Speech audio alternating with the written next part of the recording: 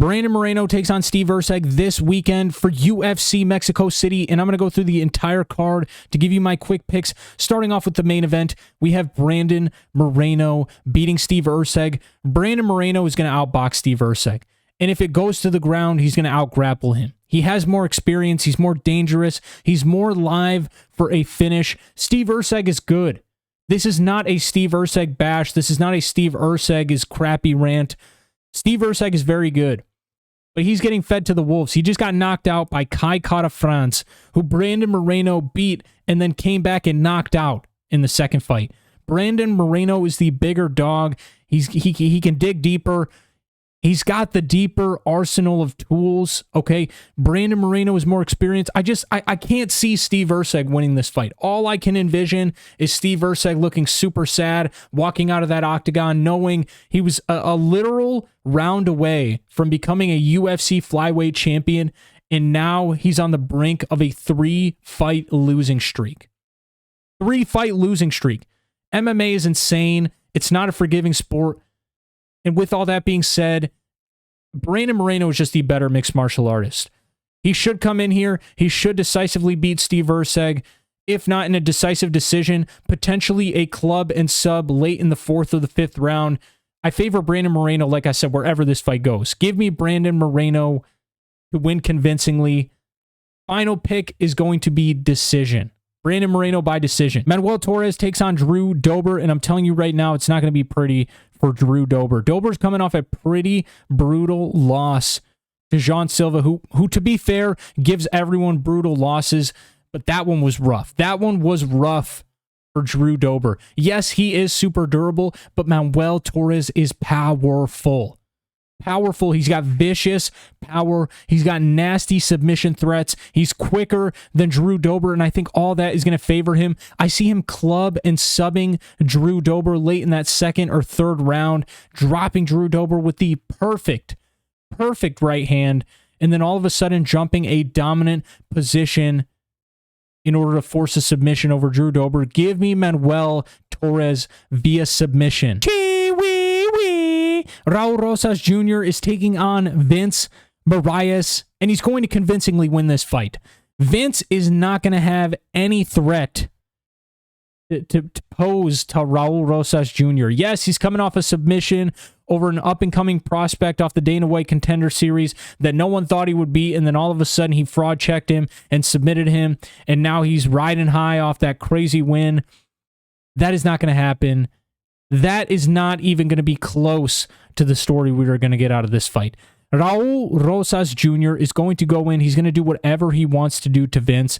He's going to have a significant grappling advantage over Vince Moraes. And as long as he doesn't burn out, gas out in that 1st round, conserves his energy and fights smart, Raul Rosas Jr. is going to go in and he's going to find a submission win over Vince Moraes. Give me Raul Rosas Jr. by submission. Kelvin Gastelum is taking on Joe Pyfer, and Gastelum is one tough mother trucker. Kelvin is almost too tough for his own good. Joe Pyfer is going to be the bigger fighter, the stronger fighter, the quicker fighter in this matchup. All that are going to give him advantages in this fight wherever he wants to take it. He's going to be the better striker. He's going to be the better grappler. He's going to be the stronger mixed martial artist. I don't see a way for Kelvin to win at all. Maybe give Joe Pyfer a little bit of resistance just because he's so tough, but I think Joe Pyfer should cruise, if anything, to a dominant decision win. I want to say there is potential for a finish, but I just think Kelvin is a little too tough for Joe Pyfer to go all out and try and finish him. So give me Joe Pyfer by a dominant decision win. Melquizio Costa takes on Christian Rodriguez, and he's going to be a madman in this fight. Melquizio Costa is going to be an absolute madman, and if he goes all in on Christian Rodriguez, especially in that 1st round, he's going to lose. With that being said, if he can take a more calculated approach, be a little bit more cautious, not go all out in that 1st round, and control his aggression, I do truly believe that he's going to be the better grappler in this fight. And if his cardio can hold up, I do think that he's eventually going to find a submission over Christian Rodriguez. Give me Melquizio Costa, and give me Melquizio Costa by submission. David Martinez is taking on Saimon Oliveira, and everyone knows that this has been a brutal year for these up-and-comers. David Martinez is one of these up-and-comers. He looks like a strong prospect this year. But like I said, this past 12, 13, 14 months has not been kind to these up-and-comers, these very, very promising prospects at all. At all. Oliveira is slick. He has some very slick grappling, and if Martinez doesn't stay safe, if he makes a silly mistake, Oliveira could definitely snatch something up. However, I don't think that's going to be the case. Martinez, I do trust to be safe. I am going to trust this dang near 6-1 favorite. 6-1 debuting favorite. With my pick, I'm picking David Martinez by knockout over Saimon Oliveira. But I swear, if David Martinez loses this, I'm literally never, ever picking one of these up-and-comers again. I'm literally fading them for the rest of my life. I'm not even kidding you, the rest of my life. With all that being said, give me David Martinez by knockout. Ronaldo Rodríguez is taking on Kevin Borjas, which will be a very close fight. However, Ronaldo Rodríguez I do favor in the grappling. Kevin Borjas I favor in the striking, slightly because of the boxing department. Kevin Borjas is a very, very good boxer. Ronaldo Rodríguez is a good striker too, and he's got a pretty decent kicking game. But ultimately, I'm going to favor Ronaldo Rodríguez just because of his grappling. Ronaldo Rodríguez is going to have a slight grappling advantage, and I think that's going to win him minutes, it's going to win him rounds, and it's going to win him a close decision fight over Kevin Borjas. Give me Ronaldo Rodríguez by decision. Edgar Cháirez is getting matched up with CJ Vergara, and in my opinion, Chairez is going to outdog CJ. Vergara is very good. He's gritty, but Chairez, in my opinion, is going to have the better cardio. And the longer this fight goes, the more it's going to favor Chairez. Okay? He's going to bring the dog this fight.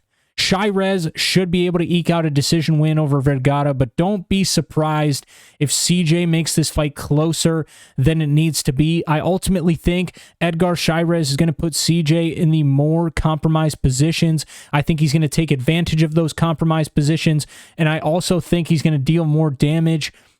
Give me Edgar Cháirez to win a very gritty but close decision win over CJ Vergara. Jose Medina is taking on Ateba Gautier. And as tough as Jose Medina is, this fight is not going to be pretty for him. Gautier looks like a monster with some insane skyrocketing potential. I know this past year has been rough for these prospects, but I don't think Ateba is going to be on the bad end of that. I think Ateba is going to come in here and do exactly what he needs to do. He's going to use his vicious power to put a pace on Jose Medina, and I think he's going to come in here and either knock him out or TKO him. Give me Ateba Gautier by knockout. What is this fight? Lupi Godinez is taking on Julia Palistri. I don't even want to pick a winner, but I'm picking Lupi Godinez. Julia Palistri has a split decision win over Corey McKenna. Why does that justify her beating Lupi Godinez? Lupi Godinez has been fighting with the top level of this division for how many years? And now Julia Palistri, coming off a split decision win over Corey McKenna, is going to come in and beat Lupi Godinez? Are you kidding me?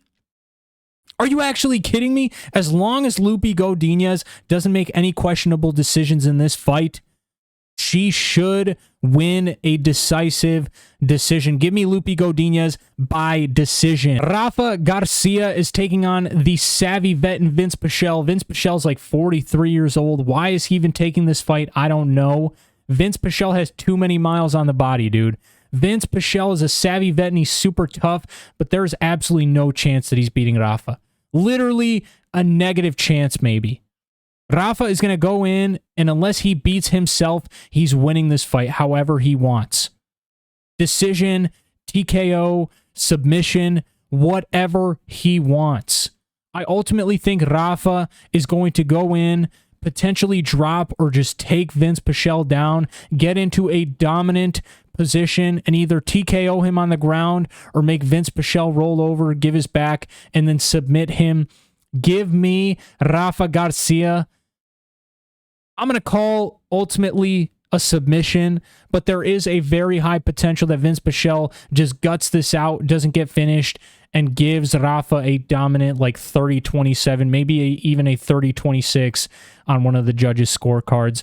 Give me Rafa Garcia by decision. Gabriel Miranda is taking on Jamal Emmers, and do not be fooled. Jamal Emmers may be 3-4 in his last 7 bouts, but he has never taken 2 losses in a row.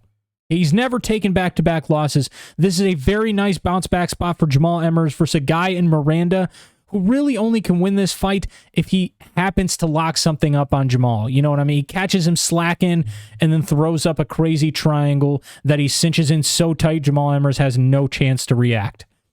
Aside from all that, I don't think Miranda is going to get too many chances, and I think Jamal Emmers is going to be safe if it does go to the grappling. He should be able to keep this fight standing for all 15 minutes if he wants to, and Jamal Emmers, I do believe, will ultimately find a way to knock Gabriel Miranda out. He's been knocked out before. He's susceptible to getting knocked out, and I think Jamal Emmers has enough power to make that happen. Give me Jamal Emmers by knockout. Finally, the bout that opens up the absolutely beautiful fight night we have in front of us. Markel Medeiros versus Austin Hubbard. Who has Austin Hubbard fought, bro? Who has Austin Hubbard fought with the power of Markel Medeiros? Roosevelt Roberts? Vince Pichel? Literally no one, bro.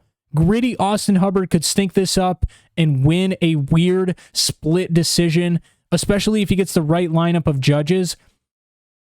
But I don't think he will, okay? Austin Hubbard is strong, he's gritty, he's tenacious, and he is okay wrestling.